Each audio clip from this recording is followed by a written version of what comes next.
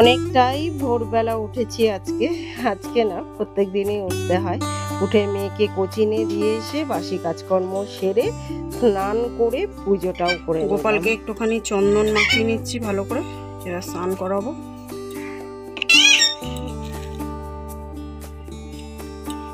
ওম শ্রী শ্রী বাসুদেবায় নমঃ। ওম শ্রী শ্রী বাসুদেবায় নমঃ। ওম শ্রী শ্রী বাসুদেবায় নমঃ।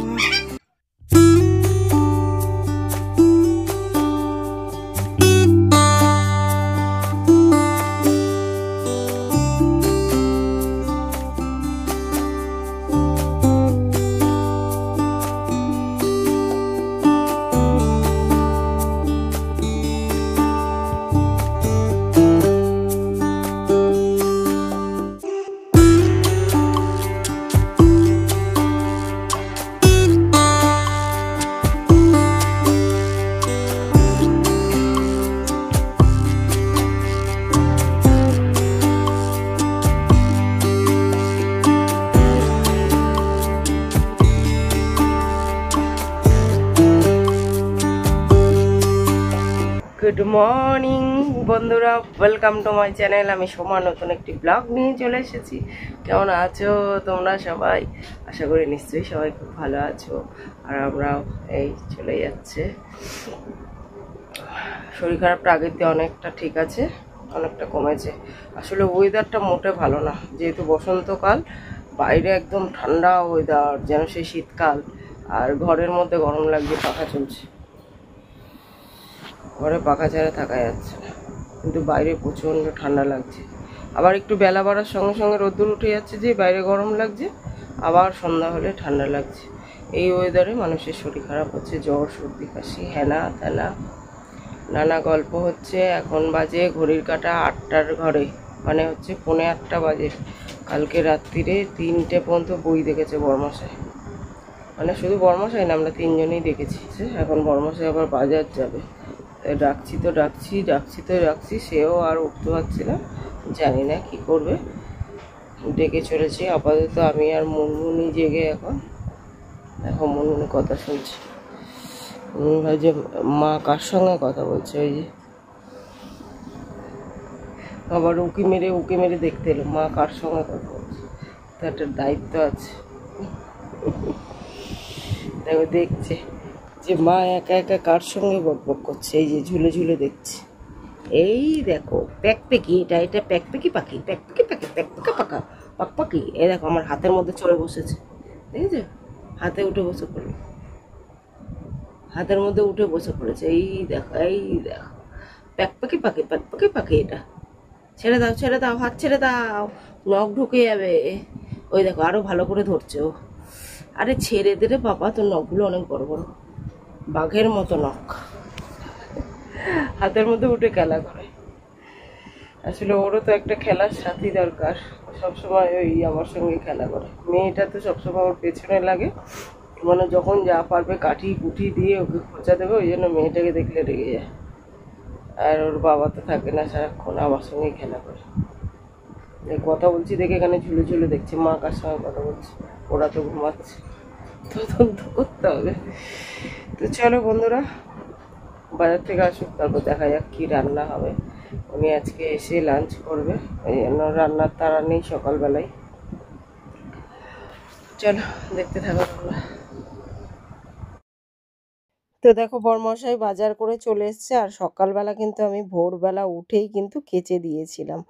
তো দেখো শীতের যত পোশাক আছে সমস্ত কিছু কেচে দিয়েছি। আর এগুলো না আজকে এত গরম, একটু পরে এত রোদ্দুর উঠবে যেগুলো সব শুকিয়েও যাবে একদম। আর আবার এগুলো সন্ধ্যাবেলা ভাঁজ করে আমি জায়গা মতো তুলেও দেবো। তো এখন তো কাচার তোড়জোড় চলছে, কেন চলছে সেটা পরে তোমাদের বলবো বলেছি। তো আপাতত প্রচুর কাছাকাছি, প্রচুর বাজার করেছে। আর মেয়ের জন্য জলখাবারও নিয়ে এসছে, পেটাই পরোটা।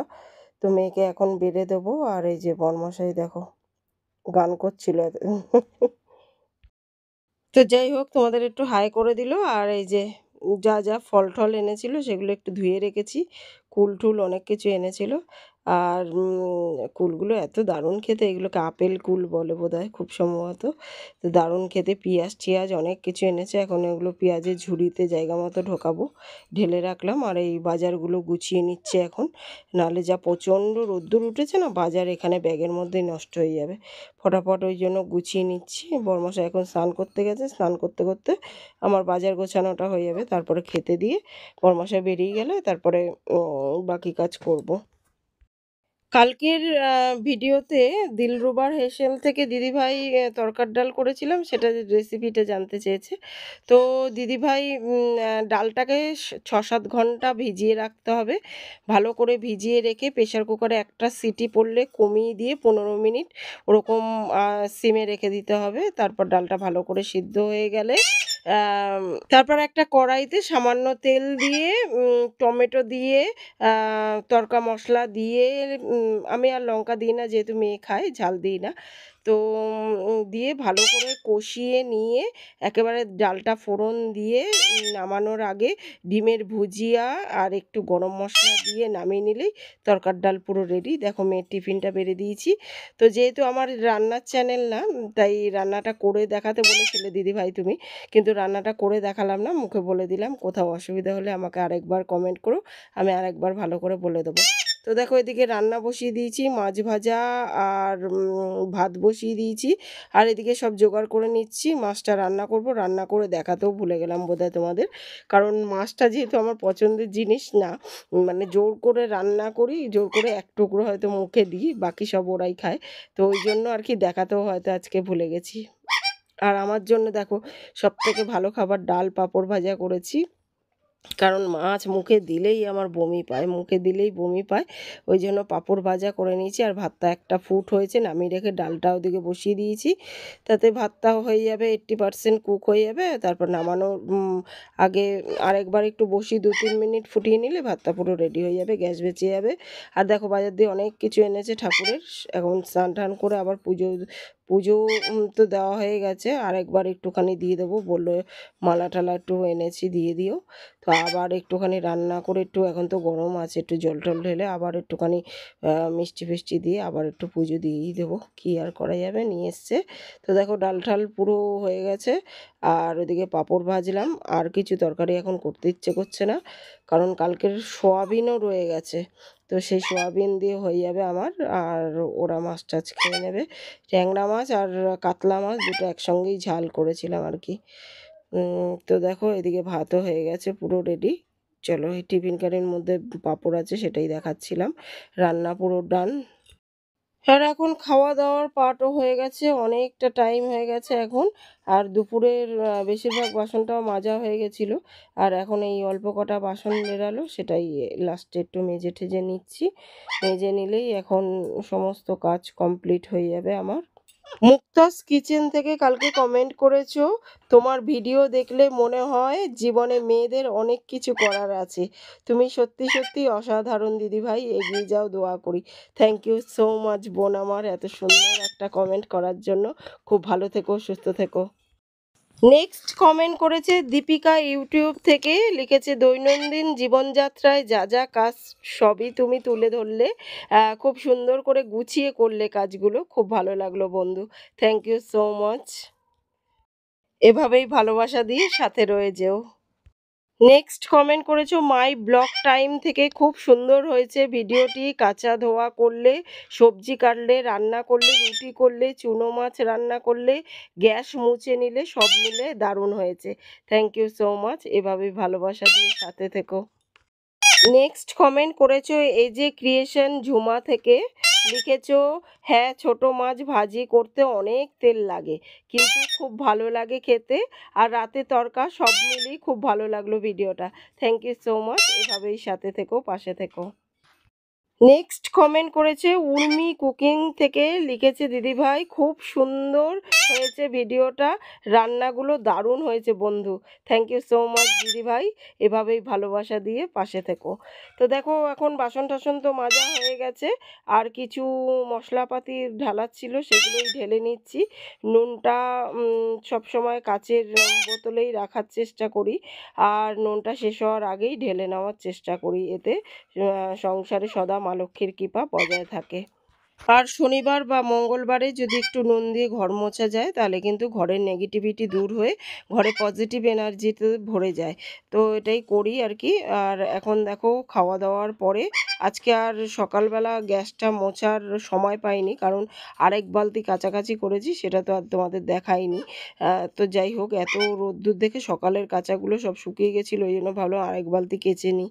কাচার পর্ব তো চলছে এখন, ওই জন্য সকালবেলা ভালো করে গ্যাসটা মোছার সময় পাইনি। যেহেতু মাছ রান্না করেছিলাম, প্রত্যেক দিনই সার্ফ দিয়ে মুছি, মাছ রান্না করলে আরও বেশি করে একদম সার্ফ টার্ফ দিয়ে মুছে পরিষ্কার করি। ওই জন্য ভাবলাম কি একেবারে খাওয়া দাওয়ার পরেই গ্যাসটা মুছে একদম ঘরটা সার্ফ দিয়ে মুছে গ্যাসের জায়গাটা যেখানে থাকে, গ্যাসটা যেখানে থাকে আর কি, ওভেনটা সেখানটা ভালো করে মুছে, আর গ্যাসের ওপরের ওভেনগুলো তো মেজেই নিই প্রত্যেক দিন, তো ওগুলোই করছি এখন। সার্ফ দিয়ে ভালো করে মুছে জল পাল্টি ভালো করে 2-3 বার পরিষ্কার ন্যাকড়া দিয়ে মুছে পরিষ্কার করে নিচ্ছি। তো তারপরে ঘরটাও সার্ফ দিয়ে মুছে পরিষ্কার করে নেবো, হয়ে যাবে একেবারে আর কি। সকালবেলা আর ওই জন্য এমনি ঘরটা মুছে নিয়েছিলাম, কিন্তু গ্যাসটা আর মুছিনি সকালবেলা, কারণ তো বললামই যে কেচে নিয়েছিলাম। তো চলো নেক্সট কমেন্ট পড়া যাক। গ্রিন ফ্যামিলি থেকে কমেন্ট করেছে, ভিডিওটা খুব ভালো লাগলো দিদিভাই, সংসারের কাজকর্ম সুন্দরভাবে গুছিয়ে রান্না করলে সব মিলে অসাধারণ। থ্যাংক ইউ সো মাচ বোন। নিপা ইসলাম ব্লগ থেকে কমেন্ট করেছে, খুব সুন্দর একটা ভিডিও দেখলাম দিদিভাই। থ্যাংক ইউ সো মাচ বোন, এভাবেই ভালোবাসা দিয়ে সাথে থেকো। সুমিস কুকবুক থেকে কমেন্ট করেছে, খুব সুন্দর করে গুছিয়ে কাজ করে নিলে। থ্যাংক ইউ সো মাচ দিদিভাই। ব্লগার রাখি কমেন্ট করেছে, খুব সুন্দর হয়েছে ভিডিওটা দিদিভাই, রান্না হয়ে গেলে পরে কিছু আনলে আর করতে ভালো লাগে না, রান্না খুব সুন্দর হয়েছে। কি আর করব বলো বোন, ওদের মুখের হাসি দেখলে সারাদিনের ক্লান্তি আমার দূর হয়ে যায়, তখন আর মনে হয় না যে সারাদিন কত খাটনি করলাম। তো যাই হোক, দেখো এখন সন্ধে হয়ে গেছে, সন্ধে দিয়ে সন্ধ্যের সব থেকে ইম্পর্টেন্ট কাজ জামা কাপড় ভাঁজ করা, তাও আবার শীতের জামা কাপড়গুলো সব আজকে যা যা কেচেছি শুকিয়ে গেছে, সেগুলোই ভাঁজ করতে বসে গেছি, কারণ এগুলো তুলে দেবো। তো শুভ সন্ধ্যা বন্ধুরা। তো চলো বন্ধুরা, আজকের মতো এই পর্যন্তই, আবার দেখা হবে নতুন একটা দিনের সঙ্গে, নতুন একটা ব্লগ নিয়ে। ততক্ষণের জন্য সবাই কিন্তু খুব ভালো থেকো, সুস্থ থেকো, সাবধানে থেকো। আর আমার ভিডিওগুলো ভালো লাগলে লাইক শেয়ার কমেন্ট করে চ্যানেলটাকে সাবস্ক্রাইব করে দিও। তো আজকের মতো টাটা। আজকে আর গুড নাইট বলবো না, কারণ এখন সবে সন্ধ্যাবেলা। আমি কিন্তু বন্ধুরা প্রত্যেকের ভিডিও ফুল ওয়াচ করি অ্যাড সহ, কিন্তু আমার ভিডিওগুলো কিন্তু ফুল ওয়াচ করা হচ্ছে না। যে ওয়াচ টাইমটা আমার আসছে সেটা কিন্তু আসার কথা না, তার থেকে অনেকটাই বেশি আসার কথা।